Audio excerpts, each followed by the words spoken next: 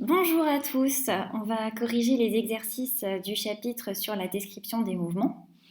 Premier exercice, pour étudier le mouvement d'un objet, il est impératif de regarder sa montre, d'utiliser une caméra, de choisir un référentiel ou alors de prendre une photographie. Alors la première chose à faire quand on va étudier le mouvement d'un objet, c'est de définir un observateur. Et on a vu qu'un observateur, à ton niveau, ça s'appelle un référentiel.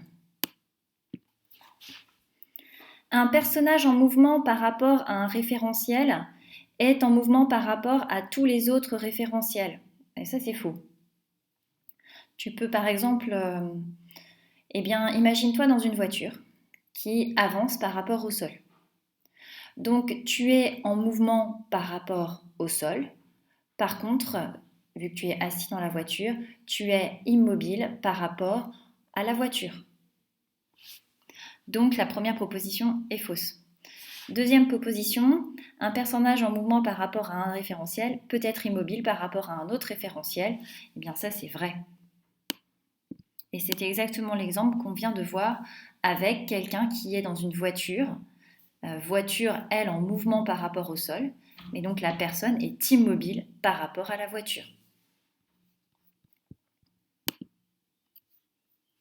Deuxième exercice où on demande de faire vrai ou faux, de cocher la bonne réponse et de corriger les phrases fausses. Première question. La distance entre un objet dont on étudie le mouvement et le référentiel choisi ne varie pas.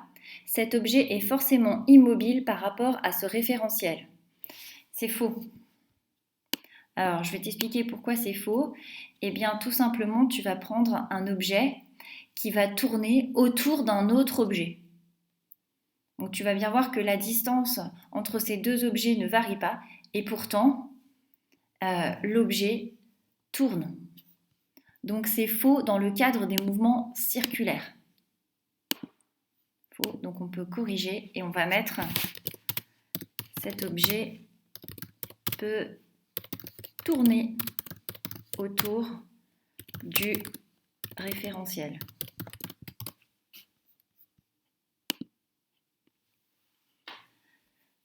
Deuxième question.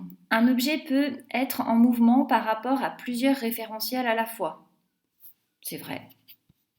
Par exemple, imagine-toi dehors en train de courir.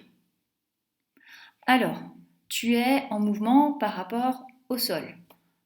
Premier référentiel. Tu es en mouvement par rapport à un arbre. Tu es en mouvement par rapport à une fleur, etc., etc. Donc tu es en mouvement par rapport à plusieurs référentiels à la fois. La distance entre un objet étudié et le référentiel choisi varie. Cet objet est forcément en mouvement par rapport à ce référentiel.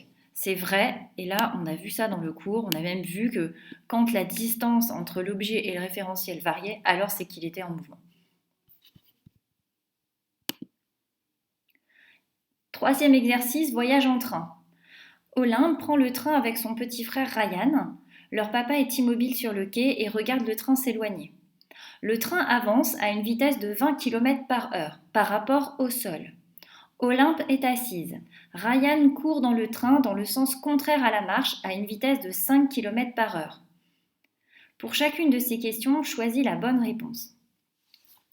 Première question, Olympe est-elle au repos ou en mouvement dans le référentiel quai ?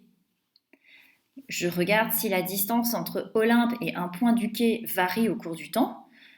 Comme le train avance, eh bien oui, la distance entre Olympe et le quai et un point du quai varie au cours du temps, donc Olympe est en mouvement. Quelle est la vitesse d'Olympe par rapport au référentiel train ?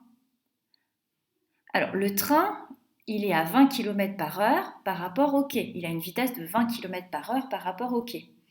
Olympe, elle est assise dans le train. Donc sa vitesse dans le train, elle est nulle.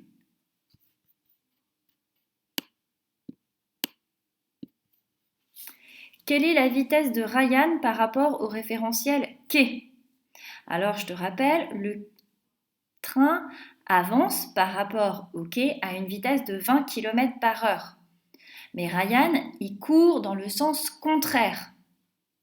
Donc la vitesse de Ryan, c'est pas la vitesse du train, c'est pas la vitesse du train plus 5 km par heure, c'est la vitesse du train moins 5 km par heure.